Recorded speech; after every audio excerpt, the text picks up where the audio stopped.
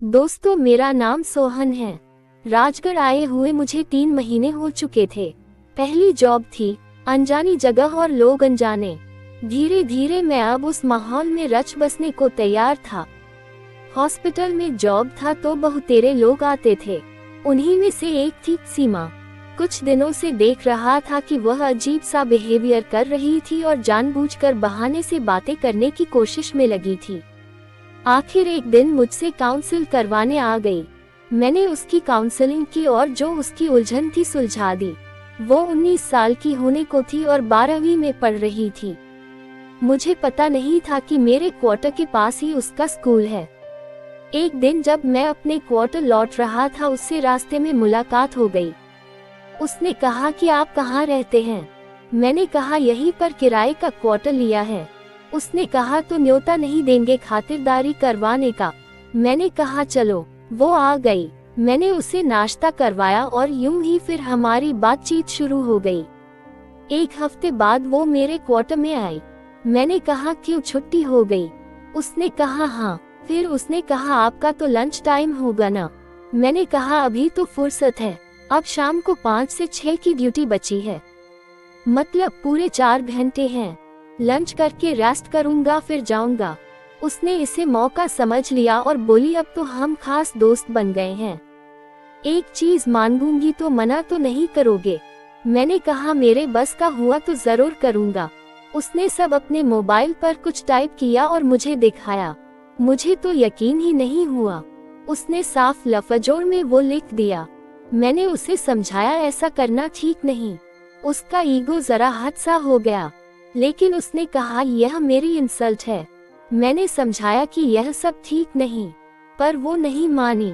काफी देर तक हम में बहस हुई और खामोशी छा गई। 1.10 मिनट की खामोशी के बाद मैंने उसकी बात मान ली।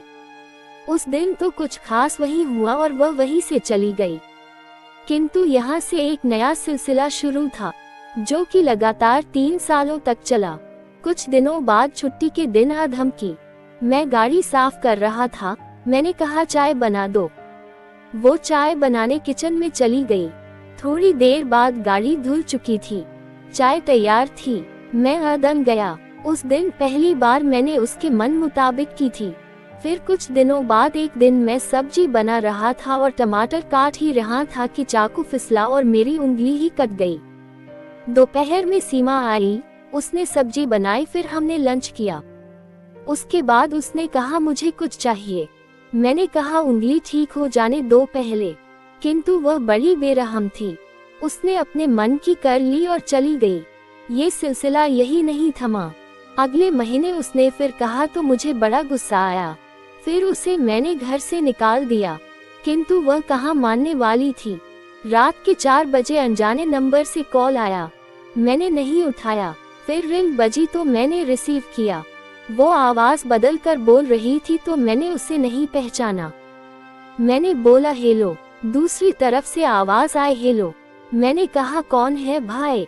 दूसरी तरफ से आवाज आई दरवाजा तो खोलो। मैंने गेट खोला, सामने सीमा थी।